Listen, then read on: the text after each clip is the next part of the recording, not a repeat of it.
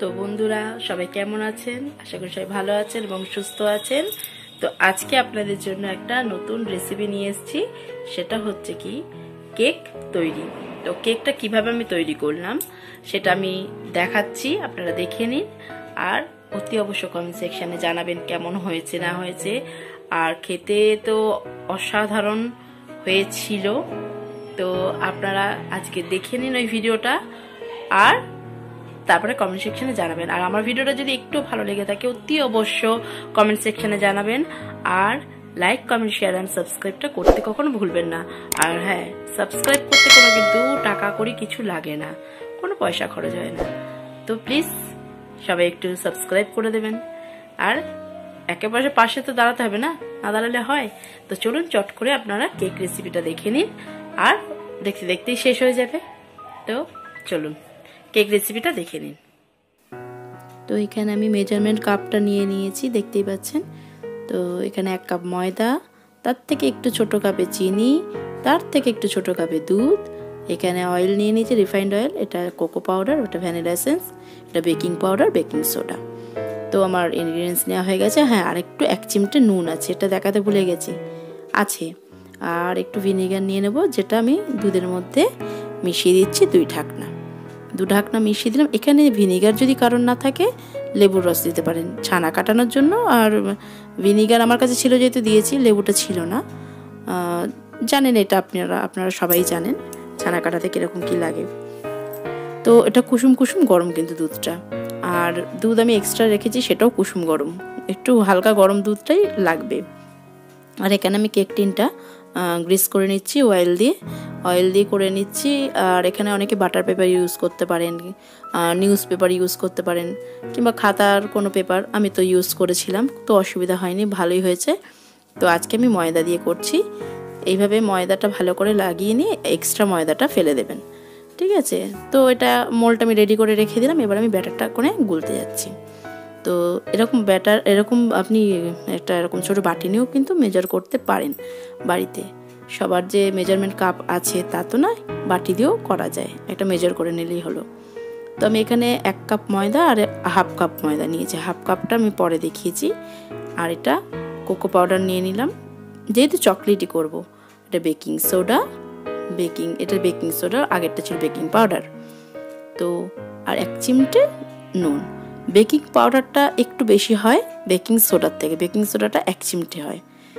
এইরকম মেজার করে দেবেন, কারণ ওটা কড়া ফ্লেভার, তো ওই জন্য আর আমাদের ছেঁকে নিতে হয়। এই জন্য এই দেখুন 1/2 কাপ আমি পরে নিয়ে নিয়েছি। তো যা ওখানে ইনগ্রিডিয়েন্টস দিয়েছি সেগুলোই আছে একই। আমি শুধু একটুখানি ময়দা একটু বেশি দিয়েছি, কারণ আমার ফ্যামিলি একটু বড় লাগবে একটু, তাই জন্য। তো আপনারাও এরকম করতে পারেন, কম বেশি করে হয়েই যায়। তো মিষ্টিটা আমাকে আর বেশি দিতে হয় না, ওই মিষ্টিতেই খুব ভালো হয়ে গেছে দেখলাম। তো আমি মিক্সড করে নিলাম এভাবে। আর একটা খালি বোল নিয়ে নিলাম।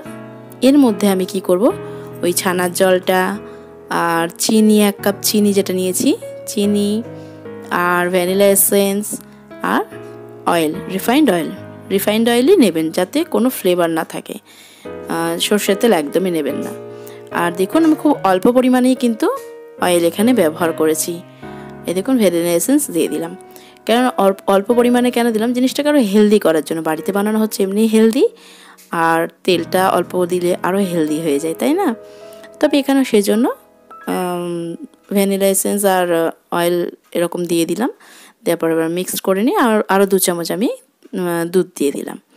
দিয়ে ভালো করে মিশ্রণটা তৈরি করে নিয়ে এখানে আমি বললাম না, আমি আর একবার চালবো, আবার চালবো, 2 বার আমি কিন্তু পুরো ড্রাই ইনগ্রিডিয়েন্টসগুলো 2 বার আমি চাললাম। যত চালা হবে তত ফ্লাফিনেসটা বাড়বে, ভিতরটা তত এয়ার ভর্তি হবে, যার ফলে কি হবে, বেশ একটু ফ্লাফি হবে, স্পঞ্জি হবে, কেকটা খুব ভালো তৈরি হয়। তো এখানে আমি অল্প অল্প করে দিয়ে ব্যাটারটাকে তৈরি করব। একসঙ্গে কখনো দেবেন না, কারণ হচ্ছে কি একসঙ্গে দিলে জিনিসটা না ডেলা ডেলা বাকিয়ে যাবে, তখন ভালো লাগবে না কিন্তু। যার জন্য অল্প অল্প করে দেবেন আর অল্প অল্প করে মিক্সড করতে থাকবেন। যখন ড্রাই মনে হবে তখন একটু দুধ মিশিয়ে দেবেন। দুধটা মিশিয়ে এখানে কিন্তু বেশি দুধ মেশানো যাবে না, কারণ একটা থিকনেসটা ঠিকঠাক রাখতে হবে, বেশি মোটা না বেশি পাতলা না, কারণ পাতলা যদি করি সেটা আবার কোথাও কোথাও কাঁচা রয়ে যাবে, কোথাও পুড়ে যাবে, এরকম টাইপের হয়।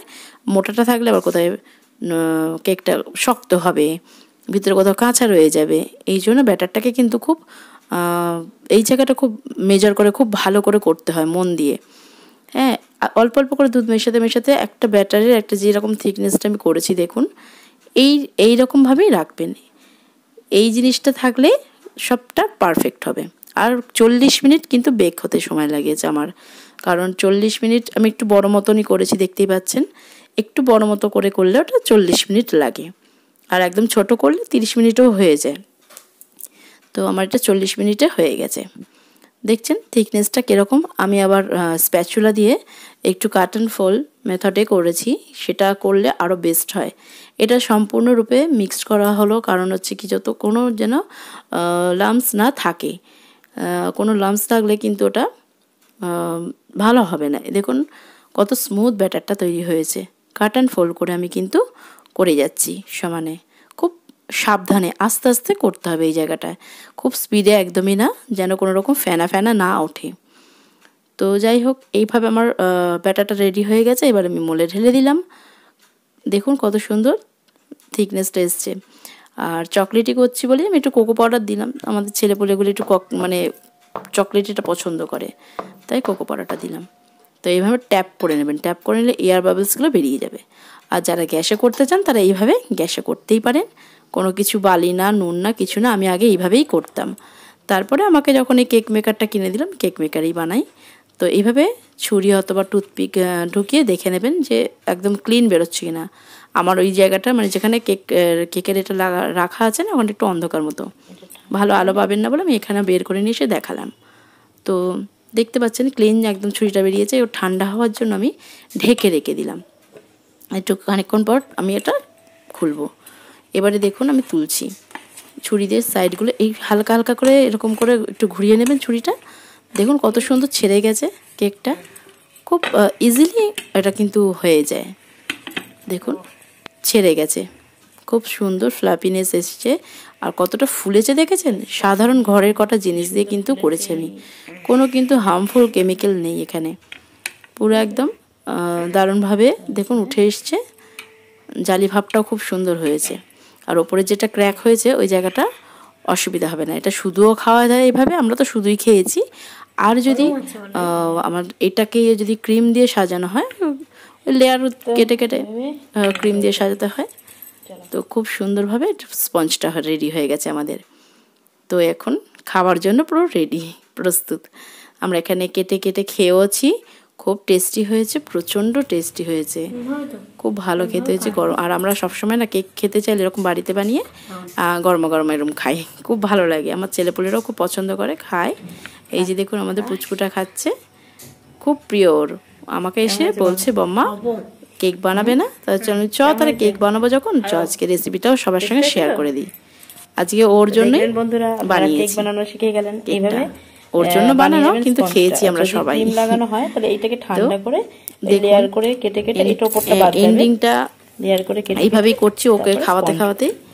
তো আজকের ভিডিওটা আমি এখানেই শেষ করছি। যদি ভালো লাগে অতি অবশ্যই লাইক কমেন্ট শেয়ার এন্ড সাবস্ক্রাইবটা করে দেবেন বন্ধুরা। তো কেমন লাগলো ভিডিওটা আমার অবশ্যই কমেন্ট সেকশনে জানাবেন। আর ক্রিম দেওয়া যদি কেক দেখতে চান আমাকে অবশ্যই কমেন্ট সেকশনে কমেন্টস করবেন, আমি নিশ্চয়ই বলে দেবো। আর এখানে দেখুন কেকটা কত সুন্দর ফ্লাপি এবং স্পঞ্জি এবং কত মানে সফট হয়েছে, দেখছেন তো? এইভাবেই শিখে যাবেন। তো টাটা।